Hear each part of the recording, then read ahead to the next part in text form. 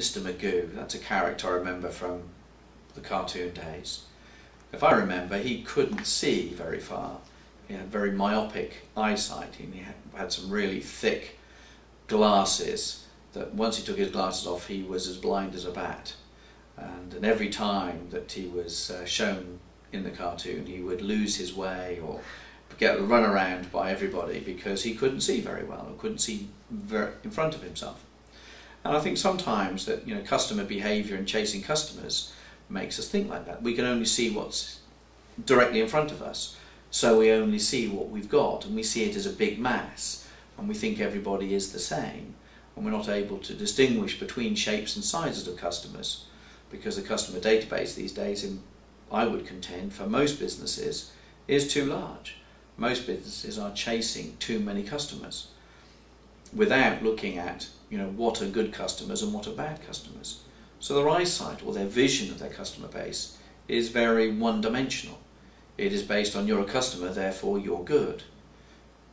Well, I would contend that not all customers are good. I think there's a whole bunch of customers, probably as high as 30% for some businesses, that if you threw them away would do more value and do more good for your business than if you kept them, because the revenue they generate isn't significant.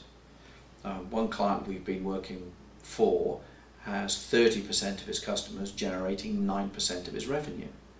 Now that in itself, you know, an accountant would say, but it's 9% of revenue. But when you look at the cost to serve for those customers, and it's costing you 40% of your cost to serve costs are looking after 9% of your revenue, it's like, why am I doing it? These people make me no money.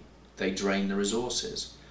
And the worst thing about it is because you can't see the differences between a good customer and a bad customer, you can't determine that those customers, that 9%, are actually never going to get any better.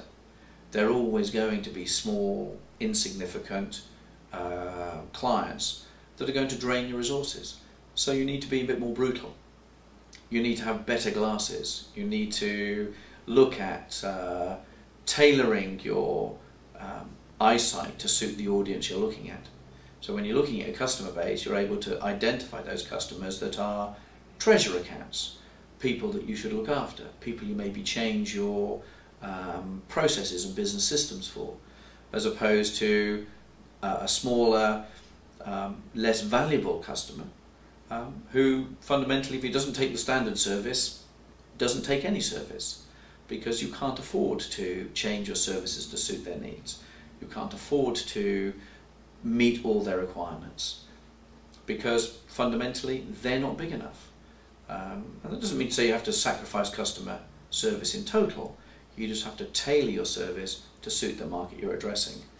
So in the terms of Mr. Magoo and the customers running circles around you, I'm afraid a lot of businesses do. They think customers are all the same. They don't distinguish between good and bad, or treasure and avoid, and therefore they offer a standard service for everybody, lose the better customers and end up with average. And average, I'm afraid, is not optimizing your profitability or your business. So I think people need to take off their Mr. Magoo glasses and put on some, as the advert would say, should have gone to Specsavers, and have two pairs. So when they're looking at their customer group, they can see, you know, which customers are good and which customers are bad. Throw away the bad ones, keep and look after the good ones.